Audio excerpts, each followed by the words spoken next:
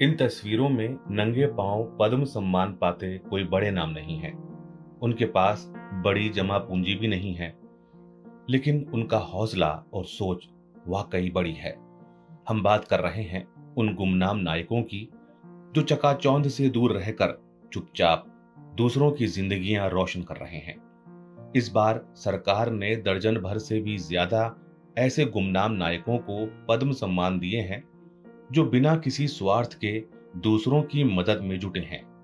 हरे कला हजब्बा पद्मश्री पुरस्कार। साल 1977 से मंगलुरु बस डिपो पर संतरे बेचने वाले 65 वर्षीय हरे कला हजब्बा खुद अशिक्षित हैं। अपने गांव में स्कूल ना होने की वजह से हजब्बा पढ़ाई ना कर सके। शिक्षा के क्षेत्र में काम करने का विचार उनके दिमाग में साल 1978 में आया, जब एक विदेशी ने उनके पास आकर अंग्रेजी में संतरे की कीमत पूछी थी। इस घटना के बाद हजब्बा ने अपनी कमाई से गांव में स्कूल खोला। अब वो शिक्षितों के लिए भी मिसाल बनकर उभरे हैं। तुलसी गौड़ा पद्मश्री पुरस्कार। 72 वर्षीय वनवासी महिला तुलसी गौड़ा को पर्यावरण की सुरक्षा में उनके योगदान के लिए पद्मश्री पुरस्कार से सम्मानित किया गया है। नंगे पैर रहने वाली और जंगल से जुड़ी तमाम जानकारियां रखने वाली तुलसी गौड़ा हजारों पेड़ पौधे लगा चुकी हैं।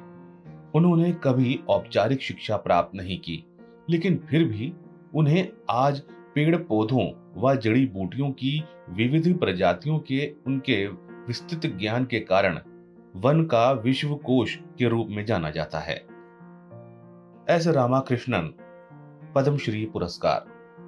तमिलनाडु के एस रामाकृष्णन महज 20 साल की उम्र में एक हादसे के बाद लकवाग्रस्त हो गए थे, लेकिन उन्होंने हार नहीं मानी।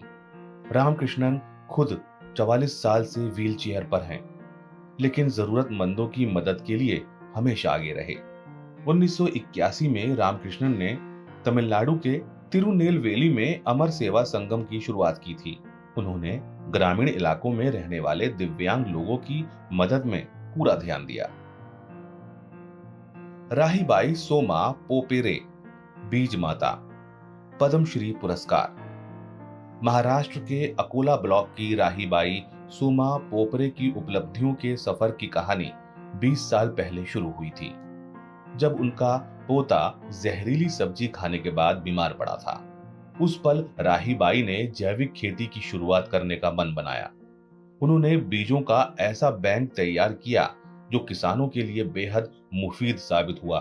बीज माता के नाम से विख्यात 56 साल की राहीबाई सोमा पोपरे आज पारिवारिक ज्ञान और प्राचीन परंपराओं की तकनीकों के साथ जैविक खेती को एक नया आयाम दे रही हैं। मोहम्मद शरीफ पद्मश्री पुरस्कार।